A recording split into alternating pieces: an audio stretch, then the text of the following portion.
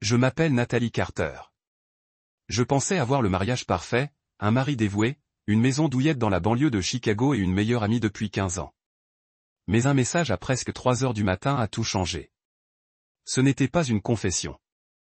Ce n'était pas des excuses, juste une notification de notre application d'assurance auto annonçant que la voiture de mon mari était restée garée toute la nuit devant un hôtel inconnu. Et lui dormait encore à côté de moi, du moins je le croyais.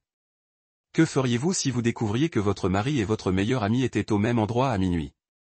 Les confronteriez-vous immédiatement ou garderiez-vous le silence et commenceriez-vous à rassembler des preuves? J'ai choisi le silence, mais pas le pardon, car tout ne faisait que commencer. Et je vous raconterai chaque étape, chaque preuve, chaque effondrement jusqu'à ce que je sois la dernière survivante. J'ai quitté cet hôtel comme une personne sortant d'un rêve. Ni colère, ni larmes, seulement le silence s'enroulant autour de l'espace où l'amour avait autrefois élu domicile. Sur le chemin du retour, je n'ai pas allumé la radio. Je n'ai appelé personne. Le vrombissement des pneus sur la route déserte exprimait tout ce que je ne pouvais pas imaginer. Je me souvenais de cet hôtel, un charmant petit hôtel boutique à l'ouest de la ville, connu pour son bar sur le toit et sa vue sur le fleuve. Ethan et moi y avions partagé un verre de vin pour notre 4e anniversaire de mariage. Il disait que l'endroit lui rappelait Paris. Je me souvenais juste d'avoir été heureuse. Il y avait maintenant amené une autre femme, la même qui était à mes côtés à mon mariage, Madison Blake. Son nom me transperçait le cœur. C'était quelqu'un en qui j'avais plus confiance qu'en ma propre famille. La première personne que j'avais appelée à la mort de ma mère. Celle qui avait conduit toute la nuit pour être à mes côtés après ma fausse couche à 31 ans. Et maintenant, c'était elle qui sortait de cet hôtel au milieu de la nuit, tenant à la main le coffret en velours rouge qui contenait autrefois le collier de rubis qu'Ethan m'avait offert à Noël dernier. Étrangement, la première vague de douleur ne venait pas d'Ethan. Elle venait de Madison. Je pouvais presque comprendre qu'un mari s'égare un instant. Mais un meilleur ami, quelqu'un qui connaissait chacune de mes cicatrices, quelqu'un qui m'avait vu au plus bas et qui avait quand même choisi de bafouer la confiance qui nous unissait. Ce n'était pas une erreur. C'était un choix. Et c'est ce qui m'a brisé le plus le cœur. Je suis rentré avant l'aube. Ethan était déjà rentré, ou plutôt déjà au lit, respirant régulièrement comme s'il n'était jamais parti. Je n'ai pas tiré les couvertures. Je n'ai pas consulté son téléphone. Je me suis juste assise au bord du lit, les mains glacées, avec une question qui résonnait dans ma tête. Que vais-je faire maintenant? Je pensais que si j'étais trahi un jour, je hurlerais, je casserais des choses, je piquerais une crise. Mais en vérité, je n'avais pas la force pour tout ça. Cette douleur n'a pas explosé comme un feu d'artifice. Elle s'est infiltrée, froide et persistante, comme un brouillard de décembre. Le lendemain, je suis allé travailler comme d'habitude. J'ai porté un chemisier blanc, j'ai mis un peu de blush, j'ai souri à mes collègues. Personne n'a remarqué que je n'avais pas dormi. Personne ne m'a demandé si j'allais bien. Peut-être que j'étais plus doué pour me cacher que je ne le pensais. Ou peut-être que je vivais simplement comme un fantôme. Cet après-midi-là, je suis allé dans un vieux café près du parc, celui où Madison et moi passions des heures à échanger des ragots et des rêves lointains. Je me suis assise à notre table habituelle, j'ai commandé la même boisson, un latte noisette sans sucre, comme un vieux rituel, et j'ai fixé la chaise vide en face de moi. Madison était assise là, riant, la lumière dorée du soleil éclairant ses cheveux blonds. À l'époque, je pensais avoir de la chance d'avoir une amie comme elle. Je l'ignorais. J'étais assise en face de celle qui allait tout me prendre. Nous avions juré un jour de ne jamais laisser un homme s'immiscer entre nous. Elle m'a dit ça après que j'ai rompu avec mon premier amour et découvert qu'il avait flirté avec elle. Je ne te trahirai jamais pour un homme, avait dit Madison. Et je la croyais. Aujourd'hui encore, j'entends encore cette voix, chaleureuse, sûre, protectrice. Et maintenant, cette femme planifiait un avenir avec mon mari. Ce soir-là, alors qu'Ethan était assis devant la télé à regarder du sport comme si de rien n'était, je suis entré dans la cuisine, j'ai lavé les verres, essuyé le plan de travail. Chaque geste était mécanique, familier, creux. Il m'a demandé comment s'était passée ma journée, m'a raconté des anecdotes de bureau, m'a dit qu'il m'aimait. J'ai souri. Je savais que je vivais dans un monde parallèle où tout se ressemblait, mais je n'y croyais plus. Ce qui me faisait le plus mal, ce n'était peut-être pas la trahison, mais la façon dont elle me faisait douter de mon instinct. Ce sentiment de solitude dans cette maison que j'appelais mon foyer. Je commençais chaque matinée par un café noir et un faux sourire. J'ai salué Ethan comme si de rien n'était. Je l'ai embrassé sur la joue comme si je l'aimais encore. Je l'ai congédié comme si j'ignorais qu'il envoyait un message à mon meilleur ami quelques minutes seulement après avoir fermé la porte derrière lui. Je me demandais sans cesse depuis combien de temps cela durait. Était-ce quand j'étais alité à cause de la grippe et que Madison m'a apporté de la soupe en souriant et en disant « Rendors-toi. Je m'occupe d'Ethan ». Ou la fois où j'étais parti en voyage d'affaires de 3 jours et qu'Ethan avait annulé le sien à la dernière minute, parce que je lui manquais trop. Des souvenirs décousus me submergeaient sans cesse, et chacun me donnait l'impression de me noyer dans l'eau glacée. Je savais que je ne pouvais pas continuer comme ça, mais je savais aussi que je ne pouvais pas réagir comme une folle. S'il y avait une chose à laquelle Ethan et Madison ne s'attendaient pas, c'était que moi, Nathalie, toujours calme, toujours rationnelle, je deviendrais l'observatrice silencieuse, me souvenant de tout. Ce soir-là, après qu'Ethan se soit couché, je me suis assis seul au bureau. Pas de lumière, juste la faible lueur de mon écran d'ordinateur. Dans l'obscurité silencieuse, j'ai ouvert un document vierge et tapé 3 mots. Le plan a commencé. J'ai commencé par changer le mot de passe de l'ancien compte email qu'Ethan utilisait encore comme connexion secondaire. Je l'avais aidé à le configurer des années auparavant pour ses services bancaires. Je connaissais le mot de passe original et je savais qu'il ne l'avait jamais changé. La première chose que j'ai trouvée, ce sont des reçus de réservation d'hôtel. Pas un, mais 4 au cours des 3 derniers mois. Le nom sur la réservation, Ethan Carter. Remarque, pas besoin de facture.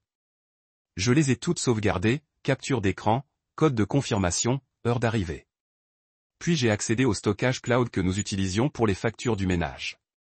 Ethan ne savait pas que j'y avais encore accès. J'y ai trouvé des relevés financiers provisoires, dont un paiement à Madison & Company Jewelry juste après l'anniversaire de Madison. Je n'ai pas touché à son téléphone, je n'ai pas consulté ses messages, je ne l'ai pas confronté. Je lui ai laissé croire que je ne me doutais de rien, car ce n'est qu'alors que je pourrais tout découvrir. Une semaine plus tard, je suis allé chez Travis. Mon cousin, celui qui réparait tous les ordinateurs de la famille depuis la 3e. Il travaillait maintenant dans la cybersécurité pour une grande société financière de Boston. Tu te souviens l'année dernière, quand Ethan a dit qu'on n'avait pas besoin de caméras de surveillance, ai-je demandé nonchalamment. Travis a levé les yeux de son café, le regard noir. Je m'en souviens. Il a dit, ton quartier était assez sûr. J'ai souri doucement. J'ai changé d'avis. Travis n'a pas posé d'autres questions. Il s'est légèrement reculé. À quel point parlons-nous d'invisibilité? De celle que je suis la seule à connaître. On a passé la journée entière à les installer. Des caméras ultra miniatures cachées dans l'horloge murale du salon. La lampe de chevet. Un livre évidé près de l'étagère de la cuisine. Toutes les images seraient automatiquement téléchargées sur un serveur privé auquel j'étais la seule à avoir accès. Pas de fil, pas de traces. Ethan ne le saurait jamais. Travis n'a pas parlé pendant l'installation, mais quand je l'ai raccompagné à la porte, il m'a serré l'épaule et m'a dit une chose. Quoi qu'il arrive, je suis de ton côté. J'ai senti ma gorge se serrer dans la tempête silencieuse que je traversais. C'était le seul point d'ancrage qui m'empêchait de sombrer. Le soir, Ethan est rentré tard, la chemise froissée, les yeux légèrement rougis. Il a dit qu'il était en heure supplémentaire. J'ai fait des spaghettis comme d'habitude. J'ai ajouté son vin blanc préféré. Il a parlé de travail et j'ai essuyé ce genre de sourire qui n'atteignait pas mes yeux. Quand il est allé prendre sa douche, j'ai essuyé son col avec une serviette blanche. Une légère tache de rouge à lèvres est apparue. Un rouge profond, pas ma couleur. J'ai plié la serviette, les rangé dans le tiroir de la table de chevet et j'ai enregistré l'heure sur mon téléphone. Je savais que j'étais entré dans une guerre où je devais faire semblant d'être l'épouse désemparée tout en documentant chaque petit écart. J'ai commencé à comprendre pourquoi tant de femmes ne quittent pas un mariage dès qu'elles connaissent la vérité. Ce n'est pas une question d'amour, ni même de peur. C'est parce que quitter comme il se doit prend du temps.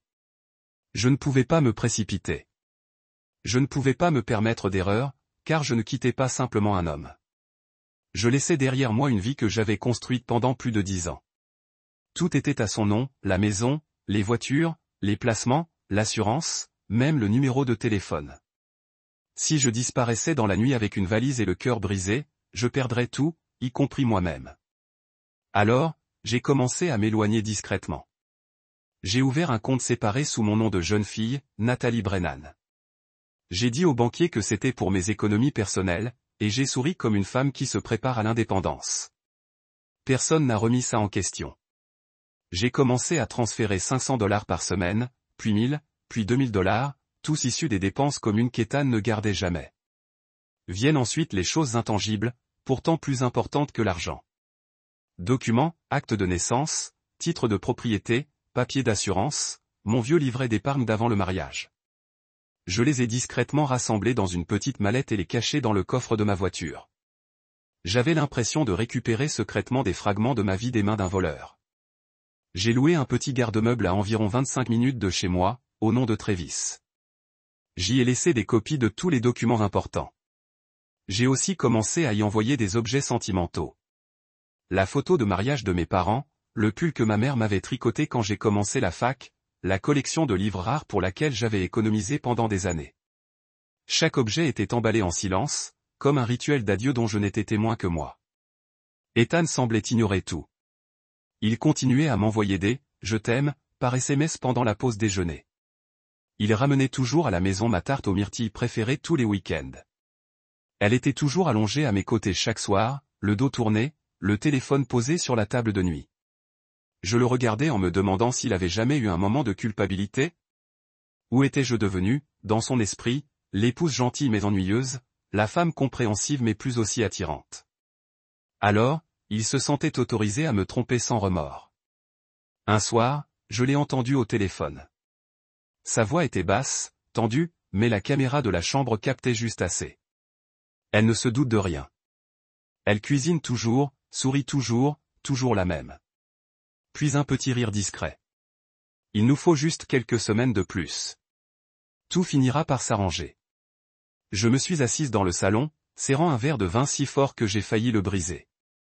Nous, c'est-à-dire lui et Madison, avions l'intention de laisser les choses se mettre en place dans ma vie, dans la maison où j'avais rêvé d'élever des enfants, dans le lit que je croyais autrefois sûr. J'ai su alors qu'il était temps que je bénéficie d'une protection juridique. Le lendemain matin, j'ai appelé Sophie Dean, une ancienne camarade de fac de droit, aujourd'hui avocate spécialisée en divorce à Chicago. Nous nous sommes rencontrés dans un petit café près de la rivière. Je portais un pull beige, les cheveux soigneusement attachés, le visage calme comme s'il s'agissait d'une simple rencontre entre deux femmes accomplies. Ça faisait longtemps qu'on ne s'était pas vu. Sophie a souri. Je ne lui ai pas rendu son sourire. J'ai simplement posé un dossier sur la table. À l'intérieur se trouvaient des photos d'Ethan et Madison quittant l'hôtel, des reçus de cartes de crédit, des emails de virement, des clips audio de la caméra de la chambre. Ce n'est plus un soupçon, ai-je dit doucement. Sophie a ouvert le dossier, les sourcils légèrement froncés. Après quelques minutes de silence, elle l'a refermé et a parlé d'un ton calme et posé. Tu as deux choix, régler ta situation, garder le silence, ou aller directement au tribunal. Avec ces preuves, le juge te donnera probablement raison. Mais tu dois te tenir prête. Ethan ne sera plus le gentil garçon. Je n'ai pas besoin de gentillesse. J'ai besoin de justice. Nous avons passé 2 heures ensemble à élaborer une stratégie. J'ai appris des choses que je n'avais jamais envisagées auparavant. Si je pouvais prouver qu'Ethan utilisait des biens communs pour subvenir aux besoins de sa maîtresse, je pourrais réclamer ces sommes. Si je pouvais prouver qu'il avait falsifié ma signature en vendant le chalet, je pourrais porter plainte pour fraude. J'ai aussi appris qu'il fallait que je reste calme un peu plus longtemps. Un faux pas, un regard, un vague commentaire suffisait à alerter Ethan que je savais. Et puis il effacerait tout, nierait tout, disparaîtrait. Mais je ne laisserais pas faire ça. J'avais passé ma vie à aimer. Maintenant, j'allais passer le reste à me protéger. Cette nuit-là, je me suis allongé près d'Ethan, comme toujours. Il dormait profondément, le dos tourné. J'ai regardé sa colonne vertébrale, forte, familière, mais maintenant elle me semblait insupportablement lointaine. J'ai repensé à toutes les petites choses que j'avais pardonnées. Les nuits blanches inexpliquées. Les fois où Madison apparaissait par hasard alors que j'étais absente. Les fois où je me disais, ne sois pas parano. On ne te ferait pas ça. Et maintenant, je comprenais. Ce n'était pas que j'étais naïve. Peut-être que je n'avais pas détourné le regard par ignorance, mais par amour qui avait trop peur de perdre ce qu'il avait. Mais désormais, je garderai les yeux ouverts et je me souviendrai de chaque détail. J'ai commencé à m'éloigner. Pas de drame, pas de larmes, juste un silence soigneusement calculé. La vérité, c'est que quand on aime encore quelqu'un, on lutte pour tenir bon. Mais quand on réalise qu'on vit avec un inconnu, le plus sage est de préparer sa propre sortie. Avant d'être expulsé de la maison, on a autrefois appelé refuge. Cette nuit-là, une fois Ethan endormi, je me suis levé en silence, j'ai ouvert mon ordinateur portable et me suis connecté à l'ancien compte bancaire que j'avais avant le mariage, un compte sous mon nom de jeune fille, Nathalie Brennan. Toujours actif, bien qu'oublié depuis longtemps. J'ai tout réactivé. Je transférais lentement de petites sommes du compte partagé chaque semaine, étiqueté dépenses personnelles. Juste assez pour éviter les soupçons. Au bout d'un mois, j'avais près de 8 000 $. Pas grand-chose, mais suffisamment pour savoir que si tout s'écroulait, je ne serais pas les mains vides. Je ne me sentais plus en sécurité à partager un toit avec un homme qui construisait tranquillement une nouvelle vie sans moi.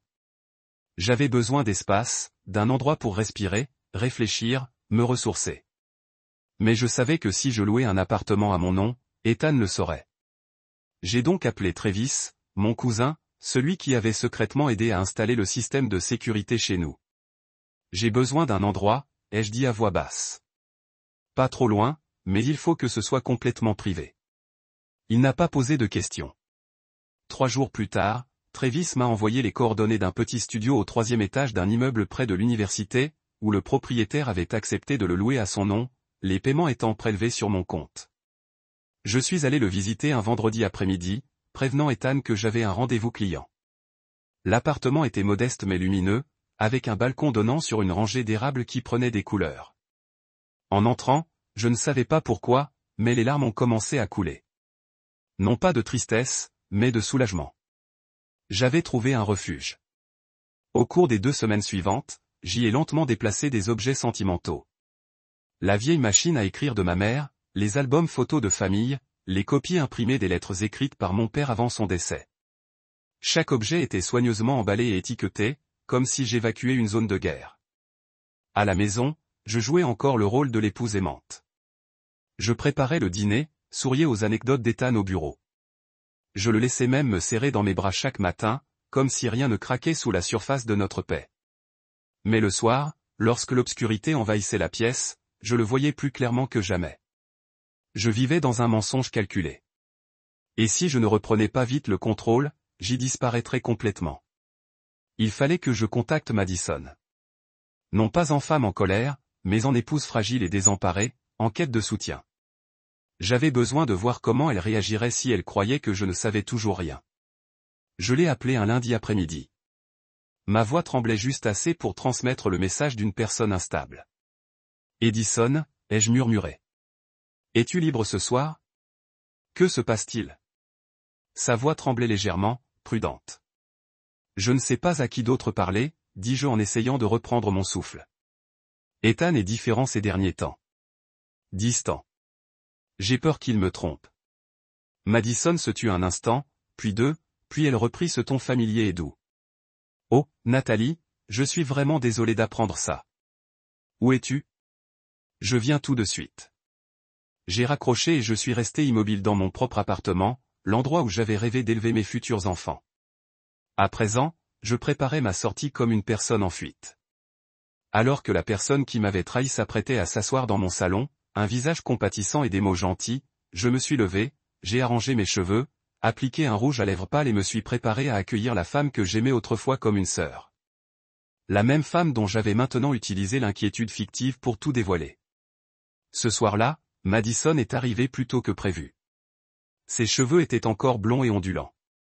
Elle portait le même manteau en fausse fourrure couleur crème et les mêmes talons que je lui avais offerts pour son anniversaire 3 ans plus tôt. Je l'ai vue à travers l'entrebâillement du rideau et mon cœur s'est serré. Non pas que je croyais encore qu'elle était mon amie, mais parce que je l'avais autrefois aimée si profondément. Je n'aurais jamais imaginé qu'un jour viendrait où je la considérerais comme une ennemie déguisée. J'ai ouvert la porte avec un sourire volontairement fatigué. Il fait plus froid que je ne le pensais. Je pensais, dit Madison en la serrant dans ses bras. Ça va? Je suis là. J'ai fait du thé.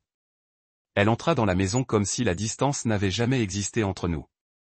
Son regard parcourut le salon douillet, encore orné de la photo de notre voyage au Mexique l'année dernière. Moi, Ethan et Madison, debout côte à côte, riant comme trois personnes croyant en un avenir sans souci. Je suis désolé de ne pas t'avoir contacté, commença Madison après quelques minutes de silence. Ces dernières semaines ont été si chaotiques. Je m'inquiétais pour toi, mais je ne savais pas si je devais intervenir. Mes yeux scrutèrent son visage, incertain de savoir s'il restait quelque chose de l'ancienne Madison. Ethan a été si distant, murmurai-je. Il ment pour des broutilles. Il oublie des choses. Il rentre tard. Une fois, j'ai senti un parfum étrange sur sa chemise. Madison pinça les lèvres. J'ai vu la tension dans sa mâchoire, même si ses yeux essayaient de contenir de la compassion. Tu lui en as parlé? Je secouai la tête. J'ai peur que si je lui demande, il ne... Je crois que je suis juste paranoïaque. Et si c'est vrai, je ne suis pas sûr d'être prête à l'entendre. Madison posa sa main sur la mienne. Ne te blâme pas. Parfois, les hommes ont des ombres en eux qui ne les atteindront jamais. J'ai failli rire en entendant cela, comme si elle n'était pas l'ombre qui l'avait invitée. J'ai doucement retiré ma main. Peut-être voit-il vraiment quelqu'un de proche, quelqu'un avec qui il se sent en sécurité, peut-être un ami commun, même Madison cligna des yeux. Un instant de silence. Elle choisissait sa réponse. Tu crois que c'est quelqu'un qu'on connaît? Demanda-t-elle en essayant de garder son calme. Je ne sais pas, mais je le sens, et ce sentiment ne m'a jamais été faux. Je me suis levé, j'ai marché vers la bibliothèque, faisant semblant de chercher quelque chose. En réalité, je voulais juste changer de position pour que la caméra cachée et l'horloge murale puissent mieux voir l'expression de Madison. Quand je me suis retourné, elle faisait tourner la tasse de thé entre ses mains, les yeux baissés comme si elle essayait de garder son calme sous une question muette. Je n'ai aucune preuve tangible, continuai-je, la voix tremblante. Mais je veux commencer à me renseigner sur les copropriétés à investir, au cas où quelque chose arriverait. Au moins, j'aurai une issue. Madison leva les yeux écarquillés. Tu veux dire divorcer? Je ne veux pas ça. Mais si le pire arrive, je ne peux pas repartir les mains vides, pas vrai? Elle hocha la tête à contre-cœur, comme si elle hésitait à accepter. Un petit geste, mais suffisant pour que je comprenne. Elle avait peur. Pas peur que je sache la vérité, mais peur que je me prépare à vivre sans Ethan. Et si cela arrivait, tous leurs plans secrets pourraient s'effondrer. Tu connais le projet de copropriété au bord du lac? Demandai-je nonchalamment, comme si l'idée me venait à l'esprit. Je me souviens que tu en as parlé une fois. Je crois qu'ils ont construit un nouvel immeuble. Madison pinça les lèvres. Oui, c'est près de chez moi, mais les prix sont un peu élevés. Je ne suis pas sûr que ça te convienne à toi et à Ethan. J'inclinai la tête. Pourquoi pas? Elle hésita. Je veux juste dire que c'est surtout des célibataires ou des jeunes couples sans enfants. Je me doutais que tu préférerais un endroit plus calme. Une excuse futile, totalement inutile. Mais la façon dont elle s'est empressée de tout éteindre a confirmé ce que je soupçonnais déjà. C'était l'endroit où il comptait recommencer. J'ai fait semblant de ne rien remarquer. Merci pour le tuyau. Mais je veux quand même y jeter un œil. On ne sait jamais. Ça pourrait convenir. Madison baissa les yeux, sirota son thé. Elle calculait. Et dans ce silence, je le sentais. Le contrôle lui échappait. Après son départ, je l'ai raccompagné jusqu'à la porte avec un sourire las. Merci d'être venu, ai-je dit doucement. Quoi qu'il arrive, je chérirai toujours cette amitié. Madison m'a serré la main. Pareil. Toujours. Alors que la porte se refermait derrière elle, je me suis appuyé contre le mur et j'ai pris une grande inspiration. La douleur ne se déversait plus sous forme de larmes. Elle coulait en moi, doucement, devenant le carburant qui me permettait d'avancer. Je suis allé à mon bureau, j'ai ouvert mon ordinateur portable et j'ai enregistré l'enregistrement complet du micro caché dans le salon. La voix de Madison résonnait clairement, chaque mot empreint d'inquiétude, de prudence et d'autre chose. Presque de peur, elle savait que je me rapprochais de la vérité, et c'était exactement ce dont j'avais besoin. Avant la rencontre avec Madison, j'avais tenté une manœuvre risquée. Un léger coup de pouce à leur fierté, juste assez pour voir si leur masque allait tomber. J'ai créé une nouvelle adresse email presque identique au domaine de la banque qu'Ethan et moi utilisions, à un seul caractère près, de quoi tromper quiconque se précipiterait. J'ai rédigé un message se faisant passer pour l'équipe de vérification des transactions. Cher monsieur Ethan Carter, nous avons besoin de la confirmation du dépôt pour la copropriété Lakeshore Vista Résident, dont vous êtes le propriétaire et Madison Blake. Veuillez répondre avant vendredi pour éviter une suspension temporaire du compte. Je l'ai envoyé mercredi matin. 12 minutes plus tard, j'ai vu Ethan se précipiter dans la chambre, le téléphone à l'oreille, sa voix basse mais clairement paniquée, filmée par la caméra cachée dans la lampe de chevet, et diffusée directement sur mon ordinateur. Avez-vous reçu l'email de la banque, a demandé Ethan avec urgence. Mais comment ont-ils su mon nom? Je n'ai jamais rien signé. La voix de Madison était tendue comme une ficelle tirée. Peut-être depuis que tu as envoyé le projet de contrat. Ils auraient pu faire correspondre les informations. Zut. Si Nathalie voit ça. Elle ne sait rien. Ethan, détends-toi. Respecte la routine. Ne lui donne rien. Non. Il a craqué. Elle est bizarre ces derniers temps. Trop calme. Comme si elle attendait quelque chose. Je me suis figé à ces mots, non pas par peur qu'il ne se rende compte, mais parce qu'il pensait encore avoir le temps de tout arranger, et c'était son erreur. Le chalet au bord du lac était l'endroit où j'avais rêvé de vieillir avec Ethan, où nous parlions des enfants que nous n'avions pas encore eus, des hivers à lire au coin du feu, du petit bateau que nous poussions dans le lac les matins d'été. Il disait que cet endroit était un coin de monde paisible.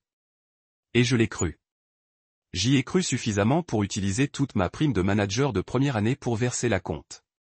Et voilà qu'Ethan et Madison avaient choisi ce même endroit pour commencer une nouvelle vie, une vie dont je ne faisais pas partie. J'ai pris une décision. S'ils voulaient commencer là, alors j'y mettrais fin. J'ai envoyé une invitation à Ethan et Madison, en présentant cela comme une soirée de réconciliation. Je veux qu'on se parle une dernière fois, ai-je écrit à Ethan au chalet. Pas de cris, pas de larmes, juste 3 adultes confrontés à la vérité. Ethan a accepté rapidement, trop vite, comme s'il espérait lui aussi trouver une chance de se poser. Madison était plus hésitante. Mais lorsque j'ai envoyé un court message, elle a dit « Je tiens à m'excuser si je me montre distante avec toi ». Elle a hoché la tête. Ils ignoraient que la cabane avait déjà été discrètement transférée à mon nom, une semaine après avoir découvert qu'Ethan avait falsifié ma signature. J'avais déjà récupéré la cabane légalement par l'intermédiaire d'une société que Sophie m'avait aidé à créer. Je n'ai pas attendu la décision du tribunal. J'ai récupéré ce qui m'appartenait légalement, complètement.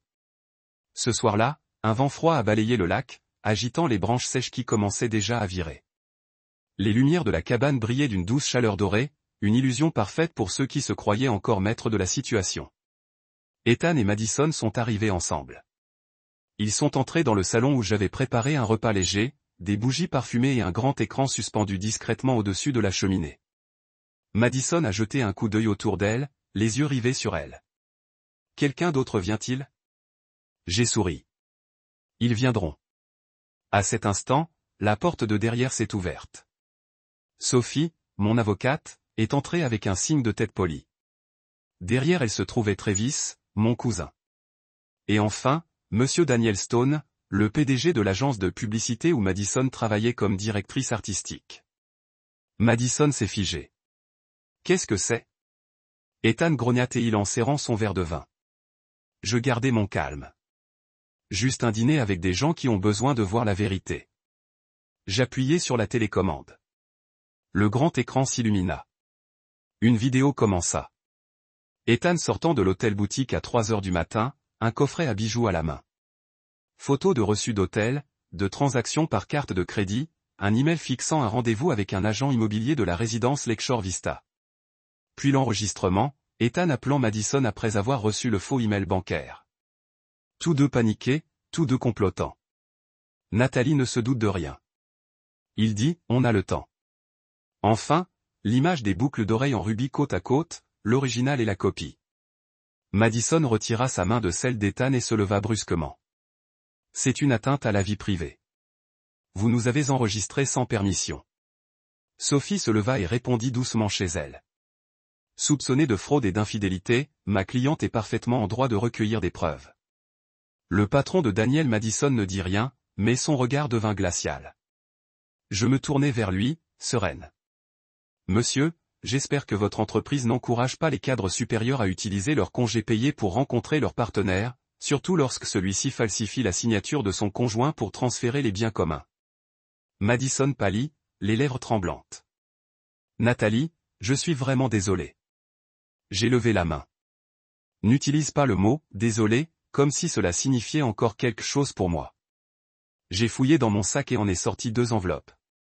L'une contenait les papiers du divorce finalisé, avec des conditions claires, un partage égal des biens, la responsabilité financière d'Ethan pour le chalet et le remboursement intégral de la valeur des bijoux volés.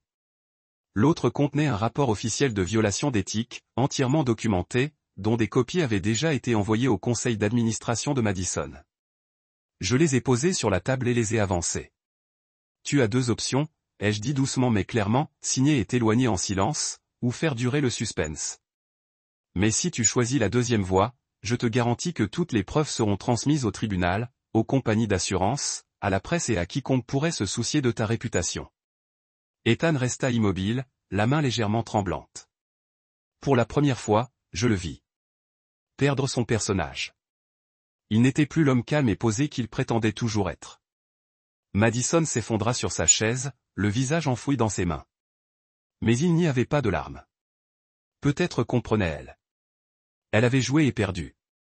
Quant à moi, je me suis simplement levé, j'ai pris mon verre de vin et je suis sorti vers les portes vitrées ouvertes où la brise fraîche du lac caressait mes épaules. Je ne me souviens plus du moment exact où Ethan a signé les papiers du divorce. Peut-être parce que je n'étais plus concentré sur son écriture, mais sur les non-dits. La fierté qui s'effritait dans ses yeux. La panique sur le visage de Madison lorsque Daniel est sorti discrètement du chalet sans dire au revoir. Plus besoin de mots. Tout était rentré dans l'ordre. L'ordre ancien était brisé. Et moi, la femme qu'ils avaient autrefois considérée comme la plus faible, j'ai été la dernière à sortir de ce chalet avec le plein contrôle de mon avenir. Madison a été suspendu de ses fonctions 3 jours après cette nuit-là. Je n'ai pas envoyé le rapport. Je n'en avais pas besoin. La présence de Daniel au chalet, constatant de visu ce qu'elle avait fait pendant les heures de travail, en utilisant les heures de travail. Les ressources étaient suffisantes. La nouvelle s'est vite répandue. Quelques anciens collègues qui avaient travaillé avec moi sur d'anciens projets marketing m'ont appelé pour me demander « Nathalie, as-tu entendu parler de Madison ?» Je pense que chacun doit un jour payer pour ses choix. Il ne s'agissait pas de vengeance. J'avais simplement dépassé le besoin de m'accrocher à ce qui ne m'avait jamais vraiment appartenu. Ethan a d'abord essayé de négocier. Il m'a envoyé un texto à 2 heures du matin. On a eu de belles années. Tu veux vraiment que ça se termine comme ça ? Une semaine plus tard, il m'a appelé. Sa voix était fatiguée. Je vais signer, mais j'aimerais te voir une dernière fois. J'ai raccroché. Certaines choses, une fois terminées, n'ont pas besoin d'être redites. La vérité n'a pas besoin d'être répétée. Il suffit de la reconnaître. Ethan a signé l'accord de divorce, acceptant toutes les clauses défavorables, un partage des biens 60/40 en ma faveur, le remboursement intégral des frais du chalet et le remboursement d'un prêt conjoint qu'il avait abusé. J'ai vendu le chalet 1 mois plus tard. Les acheteurs étaient un jeune couple de Seattle, jeunes mariés. Ils m'ont demandé si je voulais garder les meubles en bois de la véranda. J'ai secoué la tête. Laissons tomber les vieux rêves. Je n'en avais plus besoin. L'argent. La vente de la cabane et le règlement du divorce m'ont suffi pour quitter Chicago, la ville où je pensais vieillir. Je me suis envolé pour la Californie à la fin du printemps, alors que les plages étaient encore calmes et que les vagues n'étaient pas encore agitées. J'ai loué un petit appartement près de Santa Cruz, niché entre des rangées de palmiers, avec un balcon face à l'océan Pacifique. Chaque matin, je me réveillais au son des vagues et au parfum du thé vert que je préparais moi-même. J'ai commencé à donner des cours de yoga dans un centre communautaire local. Juste un petit cours, un groupe de femmes. D'âge moyen, certaines divorcées, d'autres encore coincées dans de longs mariages vides. Elles ne posaient pas beaucoup de questions, mais parfois, après le cours, l'une d'elles s'attardait, s'asseyait à côté de moi et murmurait. Aujourd'hui, j'ai enfin senti que je pouvais respirer à nouveau. Je connaissais cette sensation. J'avais moi aussi eu du mal à respirer. Je ne sais pas où la vie me mènera ensuite. Mais une chose est sûre, je n'ai plus peur, je n'attends plus d'être validé et je n'attends plus d'excuses. Je continue. Rappelez-vous le premier matin après avoir complètement emménagé dans l'appartement en bord de mer. Le ciel était étrangement clair.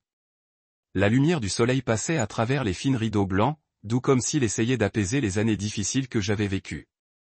Je me suis assis sur le balcon, le thé au gingembre à la main, regardant vers l'horizon où le ciel a rencontré l'océan. La brise était salée et douce. Personne n'a appelé mon nom. Aucune alerte bancaire. Pas de message d'Ethan. Plus de tension pour entendre les mensonges cachés en mots gentils. 6 mois après cette nuit à la cabine, j'ai vu Madison sur la plage de Santa Cruz. Elle marchait avec un homme bien habillé qui ressemblait plus à un partenaire commercial qu'à romantique. Les deux ont passé juste à côté de moi alors que j'enseignais un cours de yoga l'après-midi. Madison m'a vu. Ses yeux se figeaient exactement 2 secondes. Je n'ai pas hoché la tête. Je n'ai pas souri. J'ai simplement continué à guider mes élèves dans la pose du bateau, ma voix aussi légère que la brise, et elle s'est détournée sans un mot. Peut-être qu'elle avait honte. Peut-être qu'elle se sentait soulagée de ne pas traîner le passé dans un plage bondé. Mais je ne ressentais rien. Peut-être que le pardon n'est pas une décision. C'est un processus. Lorsque votre cœur ne sert plus le son du nom de quelqu'un. Lorsque vous n'avez plus besoin de justice de leurs lèvres parce que vous l'avez déjà trouvé en vous. J'écris toujours. Mon premier livre est presque terminé. Le titre de travail et la paix ne demandent pas la permission. Certaines nuits, je reste debout en fin de révision de chaque conversation, chaque regard, chaque erreur que je laissais passer une fois. Je n'écris pas avec ressentiment. J'écris avec compréhension. Lavé à travers des larmes. Calme et profond. Travis m'a demandé une fois, si vous pouviez revenir au moment où vous avez réalisé pour la première fois que vous étiez trahi, voudriez-vous savoir? J'ai réfléchi pendant longtemps avant de répondre, oui, dis-je. Peu importe à quel point je voudrais savoir parce que sans cette vérité, je pourrais encore sourire dans une vie construite sur des mensonges. Et je ne veux pas vivre comme ça. Un après-midi du week-end, j'ai reçu un SMS de Sophie, mon avocat. Elle voyageait à proximité et m'a demandé si elle pouvait s'arrêter à mon cours de yoga. J'ai dit oui. Elle est venue porter une bouteille de vin blanc et le genre, connaissant les yeux d'un vieil ami. Après les cours, nous nous sommes assis sur le sable, les pieds dans les vagues, et je lui ai parlé des femmes dans le groupe. Qui avait été financièrement contrôlée par son mari, et Rosa, qui n'a jamais parlé, s'est présentée, a déroulé son tapis et a profondément respiré. Il s'avère que ce sont eux qui vous guérissent. Parce que certaines choses que nous ne comprenons qu'après s'être ouvertes. Seulement alors que nous ressentons vraiment la force de recommencer. Je n'ai rencontré personne de nouveau et pour être honnête, je ne suis pas sûr d'être prêt. Mais certains soirs quand je suis assis près de la fenêtre avec un livre, je ne me sens plus seul. Je me suis déjà pratiqué pour la première fois, je n'ai pas besoin de sacrifier, mais je ne me sens pas. Pas par des mots, mais par des choix. En dehors. Que pensez-vous de l'histoire de la façon dont Nathalie a fait face à la trahison? Si c'était vous, choisiriez-vous le silence, le pardon ou résisterait-il pour récupérer votre valeur? J'adorerais vraiment entendre vos pensées, même si ce n'est qu'un court réflexion ou un sentiment que vous avez eu en écoutant. Et si vous souhaitez continuer à suivre de vrais voyages émotionnels sur la famille, le mariage et la force silencieuse des gens de tous les jours, envisagez de vous abonner à la chaîne.